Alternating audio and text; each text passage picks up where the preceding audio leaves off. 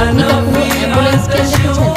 আজকে আপনাদের এমন একটা ট্রেনের সময়সূচি জানাবো যেটি সাধারণত অ্যাম্বুলেন্স বা রোগীদের প্রিয় ট্রেন হিসাবেই ব্যাপক জনপ্রিয়। ট্রেনটির নাম কপোতাক্ষ এক্সপ্রেস।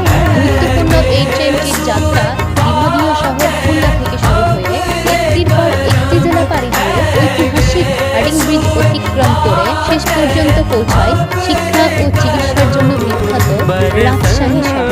ভোর ৬টা ৪৫ মিনিটে খুলনা স্টেশন থেকে কপোতাক্ষ এক্সপ্রেস যাত্রা শুরু করে।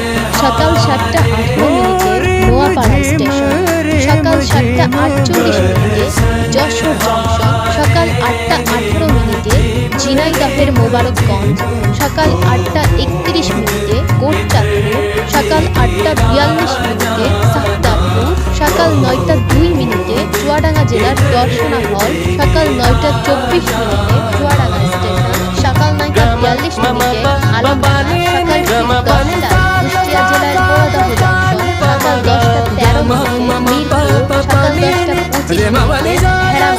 এরপর ট্রেনটি শতবর্ষ পুরনো ঐতিহাসিক হার্ডিং ব্রিজ অতিক্রম করে এবং সকাল ১০টা ৩৯ মিনিটে পাবনা জেলার স্টেশন, সকাল ১০টা ৫০ মিনিটে ঈশ্বরদী জংশন, বেলা ১১টা ২২ মিনিটে নাটোরের আজিমনগর, সর্বশেষে দুপুর ১২টা ২০ মিনিটে কপোতাক্ষ এক্সপ্রেস পৌঁছে যায় রাজশাহী স্টেশনে।